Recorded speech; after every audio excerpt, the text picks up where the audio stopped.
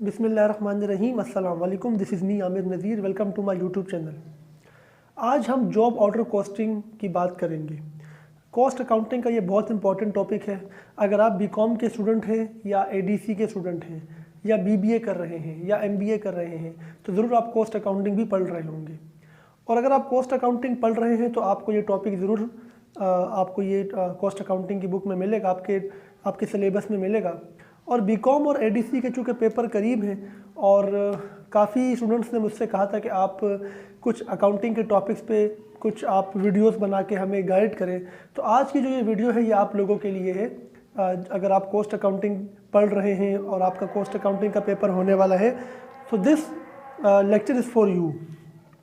आगे बढ़ने से पहले अगर आपने अभी तक इस चैनल को सब्सक्राइब नहीं किया, सब्सक्राइब करें, बेल आइकन को भी प्रेस करें ताकि आपको हमारे आने वाली मज़ीद वीडियोस का नोटिफिकेशन मिल सके।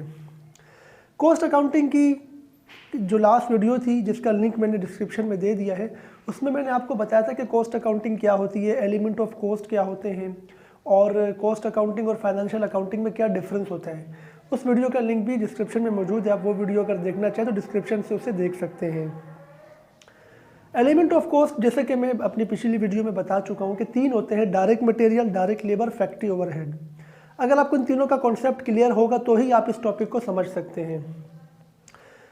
जॉब ऑर्डर कॉस्टिंग क्या होती है, सबसे पहले मैं कोई क्वेश्चन करवाने से पहले मैं आप लोगों को थोड़ा सा इसके बारे में बता दूं कि जॉब ऑर्डर कॉस्टिंग वो मैन्युफैक्चरिंग बिजनेसेस यूज़ करते हैं जो कि ऑर्डर लेकर कस्टमर से according to customer's specification they manufacture और प्रोड्यूस द गुड, यानी ये वो यूनिट बनाते हैं, वो प्रोडक्ट बनाते हैं जो कस्टमर डिमांड करता है। ये खुद से कोई प्रोडक्शन नहीं करते। फॉर एग्जांपल जैसे पकवान सेंटर है तो पकवान सेंटर वाले जो होते हैं वो पकवान कस्टमर्स के ऑर्डर पे बनाते हैं, उनकी स्पेसिफिकेशन पे बनाते हैं कि which type of product they want, उसी के हिसाब से वो बनाते हैं। इसी तरीके से जो डिज़ाइनर्स होते हैं वो जो ड्रेसेस बनाते हैं वो एज़ पर कस्टमर्स डिमांड बनाते हैं। तो ऐसा कोई भी बिज़नेस जिसमें आप जो चीज़ बना रहे हैं वो कस्टमर के स्पेसिफिकेशन के मुताबिक बनाएं तो वो जॉब ऑर्डर कॉस्टिंग करते हैं, ठीक है ना। तो जॉब ऑर्डर कॉस्टिंग में हम आज एक क्वेश्चन सॉल्व करेंगे और हम इसका बेसिक कॉन्सेप्ट क्लियर करेंगे और हम ये अंडरस्टैंड करेंगे कि जॉब ऑर्डर कॉस्टिंग में हम किस तरीके से इस अपनी एलिमेंट ऑफ कॉस्ट को रिकॉर्ड करते हैं। याद रखिएगा एलिमेंट ऑफ कॉस्ट 3 होते हैं: डायरेक्ट मटेरियल, डायरेक्ट लेबर और फैक्ट्री ओवरहेड। डायरेक्ट मटेरियल वो मटेरियल होता है जो कि आपके प्रोडक्ट में मेजर पोर्शन होता है जिस मटेरियल का, और जो इजीली आइडेंटिफिएबल, जिसकी कॉस्टिंग हो, जिसकी कॉस्ट को आप इजीली आइडेंटिफाई कर सके अपनी प्रोडक्ट के अंदर। और डायरेक्ट लेबर वो लेबर होती है जो प्रोडक्शन प्रोसेस में इन्वॉल्व होती है, जो प्रोडक्शन में डायरेक्टली पार्टिसिपेट करती है। फैक्ट्री ओवरहेड जितने भी फैक्ट्री के एक्सपेंसेस होते हैं other than direct material, direct labour, वो सारे के सारे फैक्ट्री ओवरहेड में जाते हैं। इसमें इनडायरेक्ट मटेरियल भी जाता है और इनडायरेक्ट लेबर भी जाता है फैक्ट्री ओवरहेड में। इनडायरेक्ट मटेरियल वो होता है जो कि इजीली आइडेंटिफिएबल नहीं होते, कॉस्ट ऑफ जो आपका मटेरियल यूज़ हो रहा होता है उसमें वो मटेरियल जो कि आप इजीली आइडेंटिफाई नहीं कर सकते अपनी प्रोडक्ट में, या जो कि माइनर पोर्शन होता है प्रोडक्ट का। और इनडायरेक्ट लेबर वो होती है जो डायरेक्टली प्रोडक्शन में इन्वॉल्व नहीं होती। इसकी मज़ीद डिटेल में अपनी कॉस्ट अकाउंटिंग की वीडियो में दे चुका हूँ, तो उसमें आप उसमें जाके मज़ीद इसके बारे में पढ़ सकते हैं। और फैक्ट्री ओवरहेड में सारे के सारे फैक्ट्री के खर्चे आ जाते हैं 2 खर्चों के अलावा, डायरेक्ट मटेरियल और डायरेक्ट लेबर। इन 2 खर्चों को हम अलग रिकॉर्ड करते हैं, अलग एलिमेंट ऑफ कॉस्ट समझते हैं, और उसके अलावा जितने भी एक्सपेंडिचर हमारे फैक्ट्री के होते हैं जो इनसाइड द फैक्ट्री होते हैं उनको हम फैक्ट्री ओवरहेड के अंदर लेते हैं। तो चलते हैं अपने क्वेश्चन की तरफ। जो क्वेश्चन मैं आपको करवाने जा रहा हूँ वो पास्ट पेपर का क्वेश्चन है और उस क्वेश्चन आपके पास 10 ईयर इस वक्त होना चाहिए कॉस्ट अकाउंटिंग का, बीकॉम का, ठीक है ना, कराची यूनिवर्सिटी का। अगर नहीं है तो इस क्वेश्चन का जो इमेज है, जो स्क्रीनशॉट है, उसका लिंक मैंने डिस्क्रिप्शन में दे दिया है। अगर आप इस क्वेश्चन को जो मैं सॉल्व करवाने जा रहा हूँ देखना चाहते हैं तो आप जल्दी से डिस्क्रिप्शन में जाके उस क्वेश्चन को डाउनलोड कर लें, उसकी इमेज को डाउनलोड कर लें ताकि उस क्वेश्चन को देखकर आपको उसका सोल्यूशन भी समझ में आ सके। तो चलते हैं अपने क्वेश्चन की तरफ और स्टार्ट करते हैं। आज हम करने जा रहे हैं वो ईयर 2009 प्राइवेट का क्वेश्चन नंबर 2 है। अगर आपके पास 10 ईयर है तो आप ये क्वेश्चन निकाल लें, 2009 प्राइवेट क्वेश्चन नंबर 2। अगर आपके पास 10 ईयर नहीं है तब भी कोई मसला नहीं है, मैंने इस क्वेश्चन का स्नैप जो है वो उसका लिंक मैंने डिस्क्रिप्शन में दिया हुआ है। आप उस डिस्क्रिप्शन में जाके उसको डाउनलोड करें और अपने पास ओपन कर लें। अगर आप मोबाइल पे ये वीडियो देख रहे हैं तो आप उसको डाउनलोड करके ट्रांजैक्शन वाइज हमारे इस वीडियो को देखते हुए आप ये अपने पास कॉपी कर लें क्वेश्चन को, और आप इस क्वेश्चन को समझ सकते हैं। और अगर आपके पास कंप्यूटर या लैपटॉप है तो फिर बहुत ही अच्छा है कि आप उसको ओपन करें और उसके सोल्यूशन को साथ साथ जो मैं समझाऊँगा आप देखते जाएँ। मैं क्वेश्चन रीड कर लेता हूँ कि the following information related to Sakina industries for the month of December 2009। दिसंबर की कुछ एंट्रीज आपको गिवन है, ठीक है। Purchase material on account 90,000, issued material of rupees 80,000 which included indirect material of rupees 10,000, labour cost accrued direct 45,000, indirect 15,000, indirect manufacturing cost other than indirect material and indirect labor incurred on account 19,000, factory overhead cost applied at 90% of direct labor cost, goods costing 1,20,000 were completed or finished, 80% of the completed goods were sold at 20% above cost. Requirement क्या है? Prepare journal entries for the above information including all adjusting and closing entries. आपने journal बनाना है। You have to record elements of cost, you have to record the cost of goods completed, you have to record the sales and cost of goods sold. तो सबसे पहले हम क्या बनाएंगे? Journal बनाएंगे। तो आप लोगों को तो पता है किस तरह से बनता है, आप लोग फर्स्ट ईयर से ये बनाना सीख रहे हैं। सबसे ऊपर मैंने कंपनी का नाम लिखा सकीना इंडस्ट्रीज़, उसके बाद मैंने लिखा जर्नल, और उसके बाद मैंने लिखा फॉर द मंथ ऑफ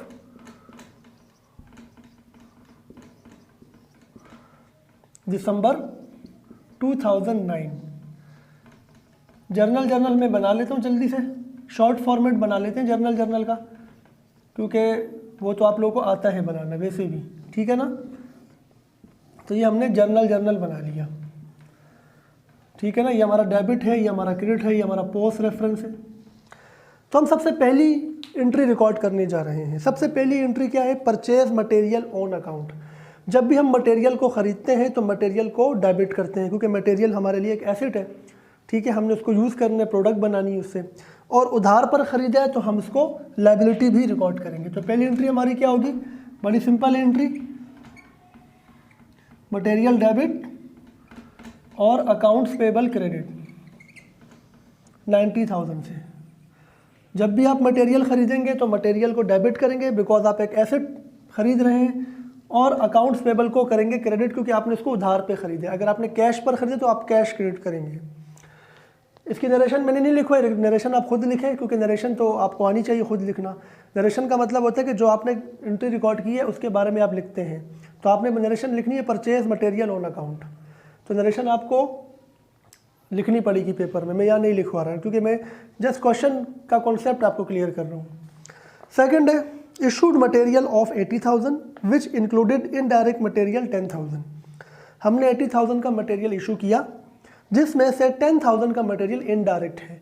तो इसका मतलब क्या है? इसका मतलब है कि 70,000 का जो मटेरियल था वो डायरेक्ट मटेरियल था, यानी 10,000 का अगर इनडायरेक्ट होगा तो 70,000 का क्या होगा? जी बिल्कुल डायरेक्ट मटेरियल होगा। अब इस बात को हमेशा याद रखना, जो भी हम कॉस्ट लगाते हैं बिज़नेस के अंदर, मतलब मैन्युफैक्चरिंग बिजनेस के अंदर अपनी, उसको वर्क इन प्रोसेस के नाम से रिकॉर्ड करते हैं। इस सवाल में जॉब ऑर्डर वाले टॉपिक में वर्क इन प्रोसेस 3 मरतबा डेबिट होता है हमेशा। डायरेक्ट मटेरियल जब भी आप यूज़ करोगे डेबिट होगा, डायरेक्ट लेबर जब भी आप यूज़ करोगे डेबिट होगा, और फैक्ट्री ओवरहेड जब आप उसमें रिकॉर्ड करोगे अप्लाइड वाली अमाउंट तब भी डेबिट होगा। अब वो बाकी के जो 2 डेबिट्स हैं वो तो बाद में मैं बताऊँगा। अभी हम डायरेक्ट मटेरियल को यूज़ कर रहे हैं, तो डायरेक्ट मटेरियल जब भी यूज़ होगा वर्क इन प्रोसेस डेबिट होगा। तो सेकंड एंट्री में मैं क्या करूँगा? वर्क इन प्रोसेस डेबिट करूँगा। ये डायरेक्ट मटेरियल के लिए अमाउंट है, ठीक है ना। तो ये 70,000 से डेबिट होगी। क्यों डेबिट होगी 70,000 से? क्योंकि 80,000 का मेरे पास था मटेरियल जो यूज़ हुआ, जिसमें से 10,000 का इनडायरेक्ट मटेरियल था। मकसद क्या है? मकसद ये है कि हमेशा work in process direct material की अमाउंट से डेबिट होगा, इनडायरेक्ट वाला अमाउंट उसमें नहीं लेंगे हम, ठीक है। इनडायरेक्ट वाला अमाउंट हम लेंगे फैक्ट्री ओवरहेड में, ठीक है ना। मैंने शॉर्ट में लिखा FOH, पेपर में आप पूरा लिखोगे फैक्ट्री ओवरहेड। 10,000 रुपीज़ से इनडायरेक्ट मटेरियल आपने जाहिर सी बात है यूज़ किया तो 10,000 से फैक्ट्री ओवरहेड डेबिट, और मटेरियल हो जाएगा क्रेडिट 80,000 से। क्यों? क्योंकि मटेरियल डायरेक्ट हो या इनडायरेक्ट हो, यूज़ तो हो गया, तो पूरा मटेरियल 80,000 से आपने कर दिया क्रेडिट। जनरेशन होगी कि direct and indirect to record direct material and indirect material used, ठीक है ना। उसके बाद तीसरी एंट्री पे चलते हैं, सवाल भी देखते जाएं, ट्रांजैक्शन देखें, फिर जो मैं करवाता हूँ वो देखें, ठीक है, ताकि आपको समझ में आए। Direct labour cost incurred accrued direct 45,000 and indirect 15,000। Labour ने काम किया है हमारी, लेबर को हमने पैसे देने हैं, डायरेक्ट लेबर 45,000 और indirect labour 15,000। Again direct labour के लिए वर्क इन प्रोसेस डेबिट होगा और इनडायरेक्ट लेबर के लिए क्या होगा आप बताएं? जी बिल्कुल, फैक्ट्री ओवरहेड डेबिट होगा, जिस तरह हमने मटेरियल के लिए किया है। तो वर्क इन प्रोसेस मैंने शॉर्ट में लिखा है, यहाँ पे आपने पेपर में पूरा लिखना है ताकि आपको सवाल जल्दी जल्दी समझ में आ जाए, तो मैं शॉर्ट फॉर्म्स यूज़ कर रहा हूँ, ठीक है ना। Work in process direct labour वाली अमाउंट से डेबिट होगा 45,000 से, और फैक्ट्री ओवरहेड भी डेबिट होगा इनडायरेक्ट लेबर वाली अमाउंट से जो कि है 15,000। स्टूडेंट्स जैसे कि आपको पता है कि ये तो लेबर को हमने पेमेंट करनी है, तो जो फैक्ट्री की लैंग्वेज में जो पेमेंट हमने करनी होती है लेबर को, जिनकी सैलरीज एंड वेजेस होती हैं, उसको पेरोल कहा जाता है, ठीक है ना। तो पेरोल यहाँ पर होगा क्रेडिट, और ये पेरोल अभी हमने पे करना है, अक्रूड है, ठीक है ना। अक्रूड का मतलब क्या है? आउटस्टैंडिंग है, तो उसको हम कहते हैं अक्रूड पेरोल, यानी वो पेरोल जो अक्रूड हो चुका है, जो हमने देना है लेबर को in form of wages and salary. तो हम क्या करेंगे? अक्रूड पेरोल को 60,000 से क्रेडिट करेंगे, ठीक है। कितने से करेंगे? टोटल अमाउंट से। डायरेक्ट लेबर और इनडायरेक्ट लेबर दोनों को हमने पेरोल पे करना है 60,000 का, जिसमें से 45 डायरेक्ट है और 15 इनडायरेक्ट है। अब अगले पे चलते हैं। Indirect manufacturing cost other than indirect material and indirect labour incurred on account 19,000। Indirect manufacturing cost वो होती है जो आपके डायरेक्ट लेबर और डायरेक्ट मटेरियल के अलावा होती है, लेकिन आगे वो कह रहा है other than indirect material and indirect labour. वो ये कहना चाह रहा है कि आपके फैक्ट्री ओवरहेड जितना भी लगा है इनडायरेक्ट मटेरियल और इनडायरेक्ट लेबर के अलावा, चूँकि वो पहले ही हमने रिकॉर्ड कर दिया, इनडायरेक्ट मटेरियल यहाँ रिकॉर्ड किया है 10,000 से, फिर इनडायरेक्ट लेबर दोबारा रिकॉर्ड किया 15,000 से, उसके अलावा मज़ीद जो हमारे फैक्ट्री के खर्चे हुए हैं वो 19,000 रुपये के हुए हैं, ठीक है ना। तो हम इसकी एंट्री क्या करेंगे? फैक्ट्री ओवरहेड डेबिट करेंगे 19,000 से। पेमेंट अभी हमने नहीं की है क्योंकि यहाँ पे कहीं पर पेमेंट का जिक्र नहीं है, तो इसका मतलब है पेमेंट हमने करनी है, तो ये हमारी लायबिलिटी है। अकाउंट्स पेबल को हम कर देंगे 19,000 से क्रेडिट, ठीक है, 19,000 से कर देंगे क्रेडिट। तो ये हमारी फैक्ट्री ओवरहेड की एंट्री हो गई। अब हम चलते हैं नंबर 5th एंट्री पे। Factory overhead cost applied 90% of direct labour cost. देखिए फैक्ट्री ओवरहेड जो होता है ना वो हमेशा एस्टिमेटेड होता है। वी डोंट नो कि how much factory overhead will be incurred at the end of the year और month, so we must decide the base कि हम कहें कि यार जितना, क्योंकि आमतौर पे क्या होता है जितनी लेबर काम करती है उतना फैक्ट्री ओवरहेड आता है, ऐसा ज़रूरी भी नहीं है, लेकिन मोस्ट ऑफ द केसेस आप देखेंगे कि डायरेक्ट लेबर जितना काम करती है उतना ही उसी हिसाब से फैक्ट्री ओवरहेड आ रहा होता है। वो 80% ऑफ द लेबर भी हो सकता है, 100% ऑफ द लेबर भी हो सकता है, 200% ऑफ द लेबर भी हो सकता है। इसकी वजह ये होती है कि जो फैक्ट्री ओवरहेड के खर्चे होते हैं ना ये डिपेंड करते हैं कि काम कितना हो रहा है। अगर लेबर ज़्यादा काम करेगी तो मतलब काम की क्वांटिटी ज़्यादा है, जैसे बिजली का बिल है, अब मशीनें चलेंगी ज़्यादा तो ज़्यादा बिजली का बिल आएगा, जब मशीनें ज़्यादा चलेंगी तो लेबर भी तो ज़्यादा काम कर रही होगी ना, मशीनों के ऊपर तो लेबर होती है। तो इसीलिए हम आम तौर पे जो बेस बनाते हैं फैक्ट्री ओवरहेड की एस्टिमेशन के लिए वो लेबर को बनाते हैं, ठीक है, डायरेक्ट लेबर को बनाते हैं, because they are directly involve in the production, that's why we have to choose labour, direct labour as a base to calculate और estimate factory overhead which is called factory overhead applied. Applied का मतलब ये कि हम उसको actual basis पे नहीं ले रहे, हम उसको जस्ट एक एस्टिमेशन ले रहे हैं उसकी। तो यहाँ पर लिखा हुआ है कि factory overhead 90% of the labour है। एलिमेंट ऑफ कॉस्ट 3 होते हैं, ठीक है, direct material, direct labour, factory overhead, तीनों को वर्क इन प्रोसेस में डाला जाता है। तो डायरेक्ट मटेरियल, डायरेक्ट लेबर को हम डाल चुके हैं, और तीसरे वाली जो एलिमेंट ऑफ कॉस्ट है जो कि 90% ऑफ द लेबर बता रहा है वो भी हम डाल देते हैं। तो हम एंट्री करेंगे work in process debit, factory overhead applied credit. अब ये 90% निकालना है, तो हमारी डायरेक्ट लेबर एंट्री नंबर 3 में हमने की थी, 45,000 से वर्क इन प्रोसेस डेबिट हुआ था, ये डायरेक्ट लेबर का अमाउंट था। इस 45,000 को का 90% हम निकाल लेंगे, ठीक है ना। जब आप इसका 90% निकालेंगे तो कितना अमाउंट आएगा, तकरीबन ये आएगा 40,500 आएगा, ठीक है ना, 40,500।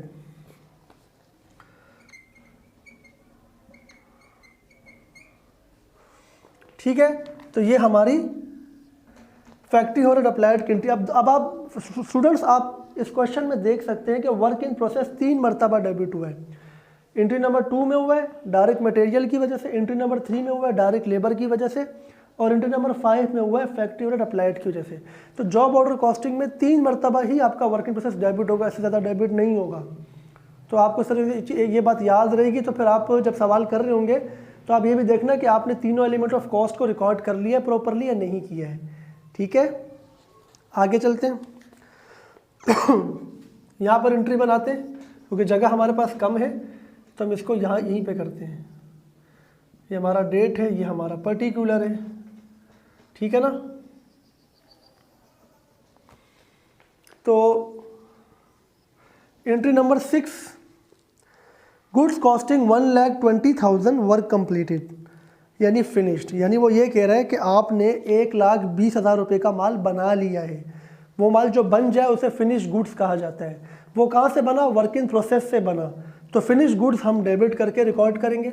एंट्री नंबर 6,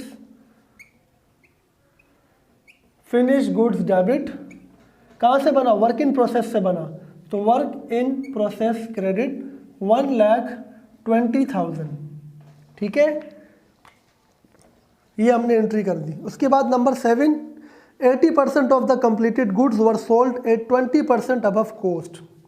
वो ये कह रहे कि आपने जितना माल बना लिया उसका 80% बेच दिया और उस पर आपने 20% प्रॉफिट लगा के बेचा है। तो 2 एंट्रीज होंगी, एक तो आपकी कॉस्ट ऑफ गुड्स सोल्ड की एंट्री होगी, यानी जो 80% ऑफ द प्रोडक्ट है जो बिक गई, और दूसरी आपकी सेल्स की एंट्री होगी, जो आपने प्रॉफिट लगा के उसको बेचा है तो उसकी सेल्स भी रिकॉर्ड होगी। तो पहले cost of goods sold record करते हैं, ठीक है ना। तो कॉस्ट ऑफ गुड्स सोल्ड के लिए हम क्या करेंगे, कॉस्ट ऑफ गुड्स सोल्ड को डेबिट करेंगे, कॉस्ट ऑफ गुड्स सोल्ड को डेबिट करेंगे। क्या बेचा है हमने, फिनिश गुड्स बेचा होगा, तो फिनिश गुड्स को हम कर देंगे क्रेडिट। वो कह रहा है 80% हमने बेचा है, तो 1,20,000 का माल हमने बनाया और 1,20,000 रुपये के माल का 80% हमने उठा के बेच दिया। गॉट इट, समझ आ रहा है मेरा पॉइंट। 80% ऑफ फिनिश गुड्स हम लेंगे, ठीक है ना। तो 80% आप अगर इसका निकालें तो ये कितना आएगा, तो ये तकरीबन आएगा 96,000 आएगा, ठीक है।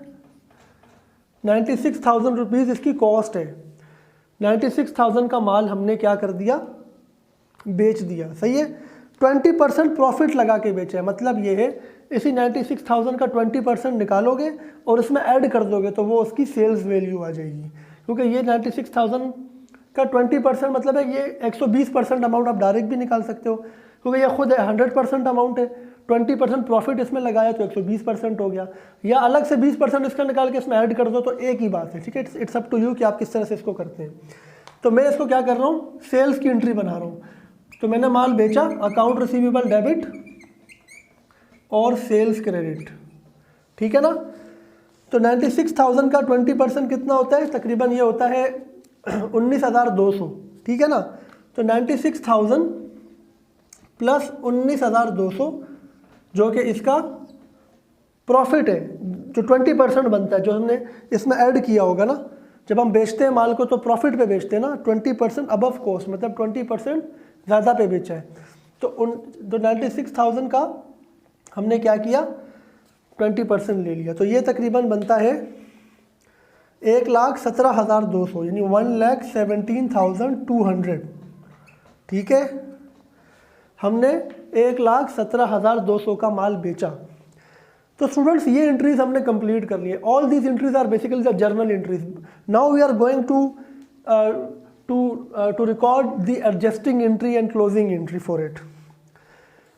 एडजस्टमेंट किस चीज़ की होती है? फैक्ट्री ओवरहेड की एडजस्टमेंट होती है। इसकी वजह ये होती है कि डायरेक्ट मटेरियल और डायरेक्ट लेबर जैसे जैसे आप यूज़ करते जाते हैं वैसे वैसे रिकॉर्ड करते जाते हैं, लेकिन फैक्ट्री ओवरहेड की कैलकुलेशन आप एग्जैक्टली नहीं बता सकते कि कितनी हो रही है, क्योंकि देखो अभी एक चीज़ मैं बना रहा हूँ और उसमें बहुत सारे ऐसे फैक्ट्री ओवरहेड के खर्चे होंगे जो बाद में मुझे पता चलेंगे। जैसे कि बिजली का बिल अभी तो नहीं आया, अगले महीने आएगा। चीज़ मैं अभी बना रहा हूँ तो मैं अभी बता सकता हूँ कि कितनी लेबर लग रही है, कितनी इसमें मटेरियल लग रहा है, लेकिन मैं ये नहीं बता सकता कि इसमें अभी कितना फैक्ट्री ओवरहेड लग रहा है। उसका पता एंड में, eight the end of the year पता चलता है, जब हम पूरे साल की फैक्ट्री ओवरहेड हमारी हो जाती है। जैसे कि एंट्री नंबर 3, 2, 3 और 4 में जो फैक्ट्री ओवरहेड मैंने रिकॉर्ड किया ये एक्चुअल बेसिस पे किया है, ठीक है ना। और जो एंट्री नंबर 5 में FOH अप्लाइड रिकॉर्ड किया ये एस्टिमेटेड था। तो एक्चुअल और एस्टिमेटेड आपस में करीब करीब होते हैं, लेकिन ये सेम नहीं हो सकते। क्यों? हो सकता है कि इस सवाल में सेम भी निकला है, लेकिन अगर सेम निकलेंगे फिर तो कोई एडजस्टमेंट नहीं होगी। इसका मतलब है जो आपने एस्टिमेट किया था उतना ही आपका हुआ है, लेकिन आमतौर पे ऐसा नहीं होता। सपोज मैंने ये अज्यूम किया था कि 40,500 का FOH अप्लाइड है, तो मतलब FOH एक्चुअल बेसिस पे 40,500 का होगा, लेकिन 40,500 का क्या हुआ उसके लिए मैं फैक्ट्री ओवरहेड की इन एंट्रीज को जो एक्चुअल बेसिस पे मैंने रिकॉर्ड किए मैं देखूंगा। 10,000 का हुआ, उसके बाद 15 का हुआ, कितने हो गए 25,000, फिर 19 का हो गया। तो इन तीनों को मिलाकर कितना बनता है 44,000 बनता है। एक्चुअल बेसिस पे 44,000 का फैक्ट्री ओवरहेड हुआ है। मैंने एस्टिमेट किया था 40,000 का, तो 5,000 या 4,500 का फ़र्क आ रहा है। ये जो 4,500 का फ़र्क है ये मुझे एडजस्ट करना है, ठीक है ना। तो बहुत ही आसान इसकी एंट्री बनती है। एंट्री क्या बनाएंगे हम? बहुत ही सिंपल एंट्री बनाएंगे। ये जो फैक्ट्री ओवरहेड अप्लाइड हमने क्रेडिट किया हुआ है इसको हम डेबिट करके क्लोज कर देंगे, ठीक है ना, 40,500 से। और फैक्ट्री ओवरहेड जो हमने डेबिट किए हुए बहुत सारे, 3 डेबिट किए हुए, ज़्यादा भी हो सकते हैं, इनको हम टोटल करके क्रेडिट कर देंगे तो ये भी क्लोज हो जाएगा, ठीक है। लेकिन एक एंट्री की जगह छोड़ेंगे क्योंकि हमने एडजस्ट भी करना है इसको। तो हम क्या करेंगे, फैक्ट्री ओवरहेड को जो 3 अमाउंट्स हमारी है मैं यहाँ बता देता हूँ। एक 10,000 की अमाउंट है, एक 15,000 की अमाउंट है, एक 19,000 की अमाउंट है। तो ये अमाउंट बनती है 44,000। ये हमने कर दिया क्रेडिट। अब आप देखें इन दोनों में फ़र्क है, 4,500 रुपये का फ़र्क है। ये जो फ़र्क होता है ये कहलाता है अंडर अप्लाइड ओवरहेड या over applied overhead. Under applied FOH या over applied FOH। Over applied हम इसे तब कहेंगे जब हमारा अप्लाइड का अमाउंट ज़्यादा था, ठीक है ना।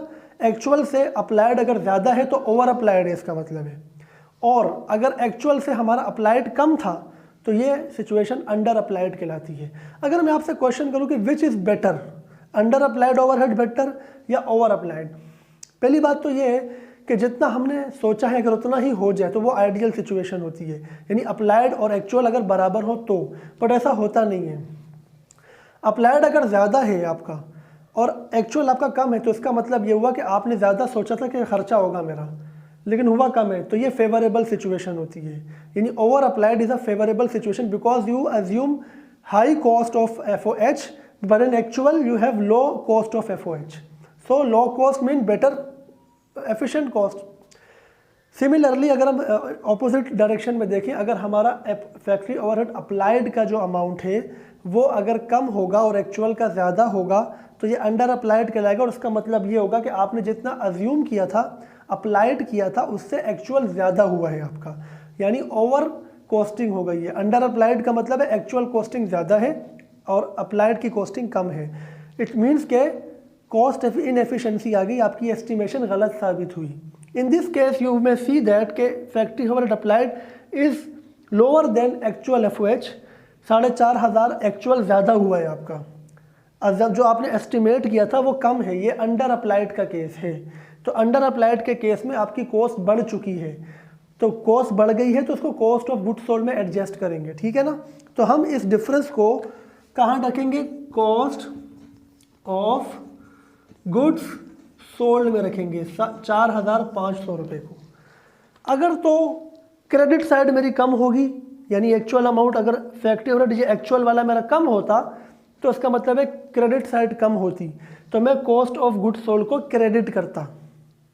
और अगर ज़्यादा होती, जैसे अभी ज़्यादा है एक्चुअल, डेबिट साइड कम है, तो मैं अब इसको डेबिट करूँ तो मेरी कॉस्ट बढ़ रही है, तो मेरा प्रॉफिट कम हो जाएगा ना। इसका मतलब ये है कि ये अनफेवरेबल सिचुएशन है। अच्छा, कुछ लोग ऐसे भी करते हैं कि इनका जो डिफरेंस होता है वो factory overhead under applied FOH लिखते हैं या ओवर अप्लाइड लिखते हैं, फिर अगली एंट्री में उसको कॉस्ट ऑफ गुड्स सोल्ड में डालते हैं, वो भी ठीक है। अगर मैं चाहूँ मैं यहाँ लिख सकता हूँ कि अंडर अप्लाइड फैक्ट्री ओवरहेड 4500 से, और अगली एक एंट्री और बनाऊँ फिर मैं, जिसमें मैं कॉस्ट ऑफ गुड्स सोल्ड को डेबिट करूँ और अंडर अप्लाइड एफओएच वाले अकाउंट को क्रेडिट कर दूँ, वो भी ठीक है। लेकिन ज़रूरत नहीं है, आप डायरेक्ट भी यहाँ पर इनका difference cost of goods sold में डाल सकते हैं। तो दोस्तों, मुझे उम्मीद है आपको ये cost account job order costing का ये सवाल समझ में आया होगा, और ये हमारा जॉब ऑर्डर कॉस्टिंग का पहला सवाल था, ये फर्स्ट लेक्चर था।